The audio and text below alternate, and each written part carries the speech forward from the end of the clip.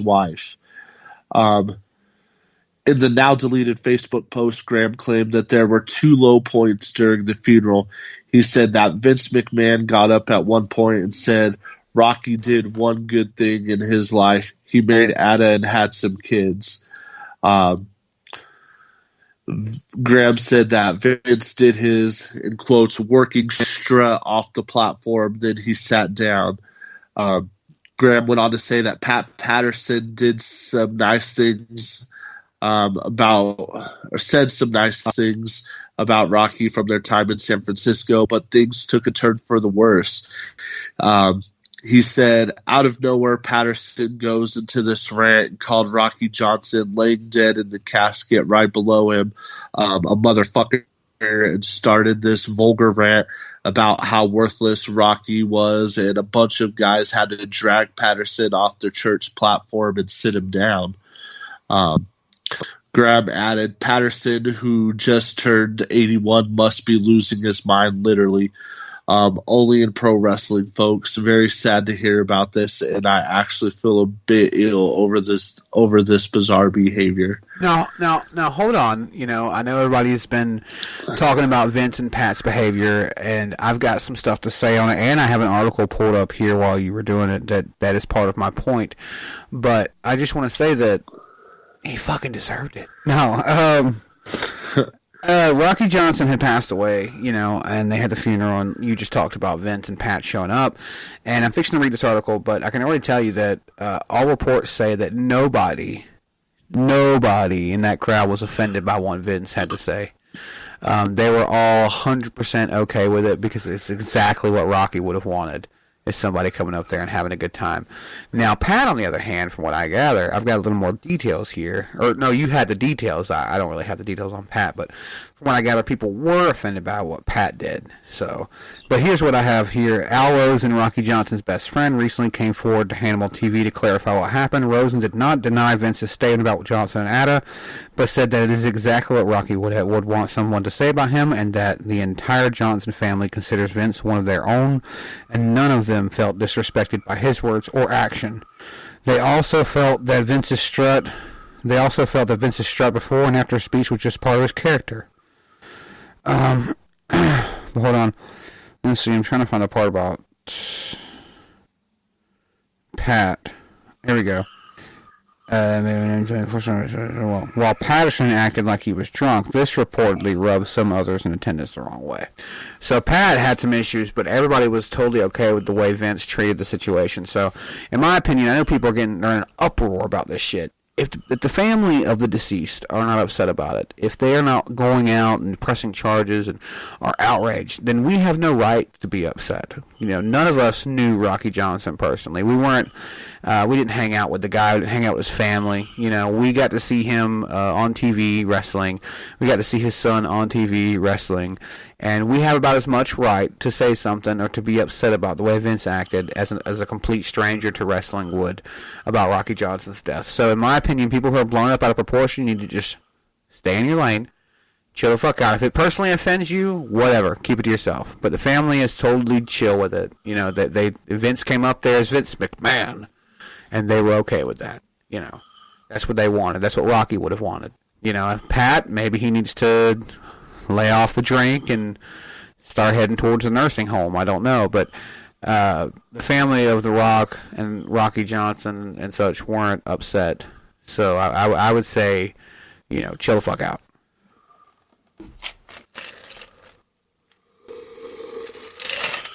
Yeah, I agree that what Vince said wasn't too horrible, but the Pat Patterson thing, I just think is really poor taste, and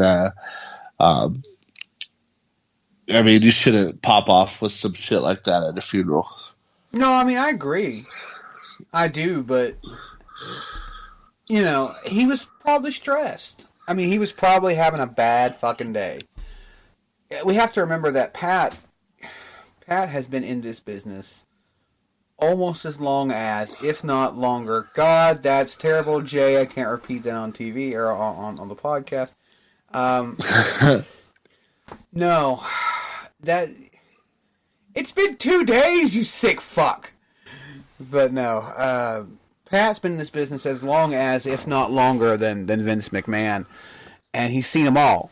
From the Bruno Sammartinos to the Rocky Johnsons to the Hulk Hogans and the Bret Harts and the Shawn Michaels and all that. So this... Holy shit. Yeah, you just seen it, didn't you?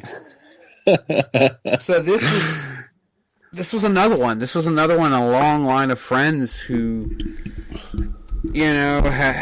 have not made it, who didn't stay around as long as he did. So I think it's upsetting for him. I think that he's upset and he's stressed and he's hurt and he doesn't know how to deal with it, and he drank too much, and maybe there were some repressed memories, and I think he probably should have stayed away from the funeral, but I don't think people should be getting so upset with him. It happens, man. Yeah, exactly. Pat has seen the worst of it and the best of it, and he's probably going through a rough time just like everybody else is right now. True.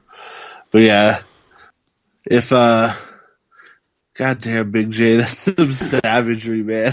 That's some fucked up shit, dude. I'm not, man. I'm not even. No, I can't. I've said some pretty. I've said some fucked up shit on the show, but I don't think I'm going to repeat that one today. I think we've got to wait a bit longer before those are even half-ass okay. There's got to be some kind of time limit on those. I can't. Next week's show.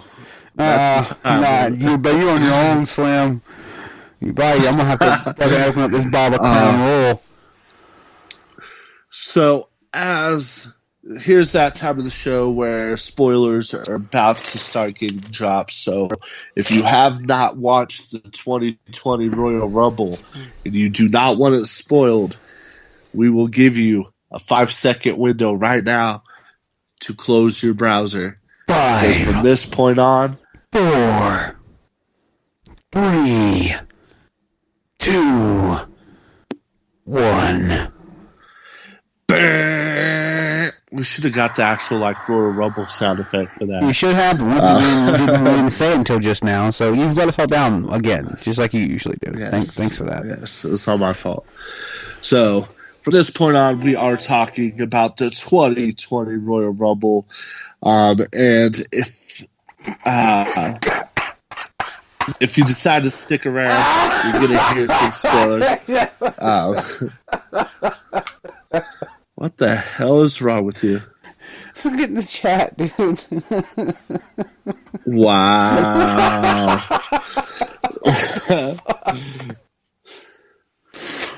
Oh, my God. The winner of the women's 2020 Rumble was none other than Charlotte Flair. Boo. And she will have the opportunity to challenge for a world title shot at WrestleMania. On Raw this past Monday night, Charlotte did not declare who she would be facing and just said that she would be challenging for a championship at WrestleMania. As of right now, it is scheduled that Becky Lynch will be defending her title against Shayna Baszler at WrestleMania. So I really think that WWE is. I think WWE is going to swerve us this year, man. And I think Charlotte is going to announce a title shot against Rhea Ripley. I think she's going to challenge for the NXT title, bro. Why would she do that? Why would you challenge for the developmental title? Why would you swing under you? Because we've seen Charlotte versus Bayley, we've seen Charlotte versus Becky.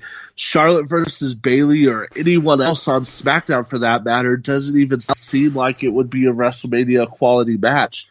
And honestly, it would be a step up for Rhea Ripley. I mean, she's had an amazing year, bro. From freaking dominating all of 2019 to winning the title at the end of the year.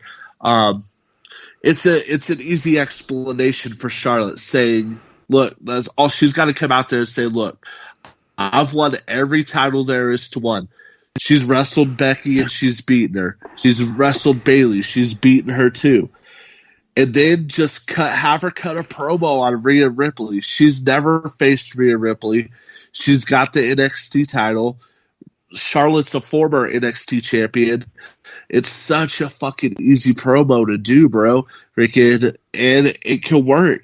And it's not taking anything away from Charlotte or Rhea Ripley, because they're both fucking phenomenal performers. And even if Charlotte loses, it doesn't damage anything because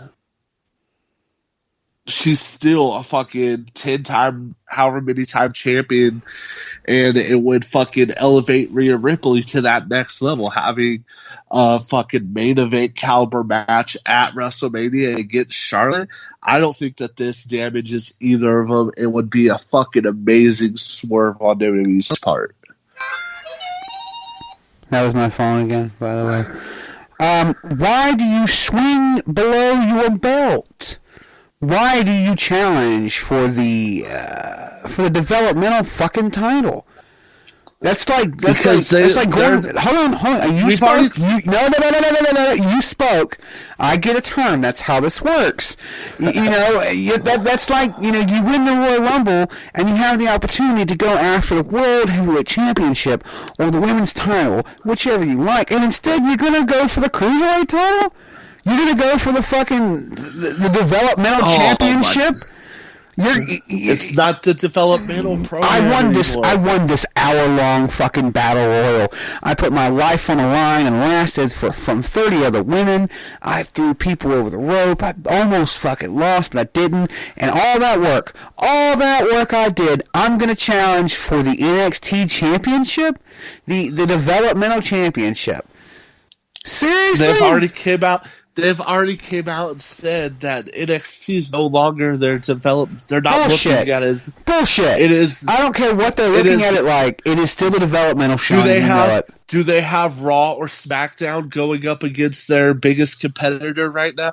No, they have because NXT. They know they would lose. The only thing that's sad is the only thing that has the same ratings as the AEW show on TNT. The only thing that even kisses the ass, the pimples on the ass, mind you, of the AEW ratings is gonna be NXT, and that's their developmental program. I'm sorry, you can't change the canon like that.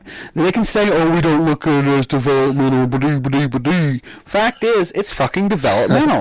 It's not going to change. NXT is where you get called up from. NXT will continue to be that. And in my opinion, they haven't showed me any reason to even think anything different. And that's not because they're a bad show. I don't want to say that, because I'm an Adam Cole fan. I'm a fan of who they've got on the NXT show. I just don't watch. I usually just watch AEW because that's my favorite show. But I'm not saying that NXT is a bad show or anything, but the fact is, hard black and white, where they get their people, where they send their people to train, where newbies come in and have to start training at to get into the WWE, is the NXT developmental program. They are developmental. Triple H can say what he wants. Vince can say what he wants. NXT is developmental. And in my opinion, you're not doing anything but hurting Charlotte's character after putting all that work in, after spending all that time in the Royal Rumble and fighting and eliminating all the women that she had to eliminate to get to the win, just for her to go and challenge for the developmental women's fucking championship. That's bullshit. It's bullshit, and it's a cop-out. They already had stuff. It's bullshit. It's bullshit, Sean. You know it. Charlotte Flair came out number 17 out of 30, bro. Mm-hmm. So yeah, she was in there a good while, but still, I don't feel that it's damaging her or freaking downgrading or anything, because we seen it with Finn Balor. Freaking, he went over there and he was challenging for the. Yeah, we had this conversation, and I'm on the same side I was on that argument. I don't feel that it's downgrading him at all. I think it's helping develop. Like, you want to, it's a developmental program. What better way to help develop your future star than to put him against the woman who's been the face of your women's division for the last 5-6 years now? I'm not saying that it's not a good rub for Rhea Ripley. Isn't it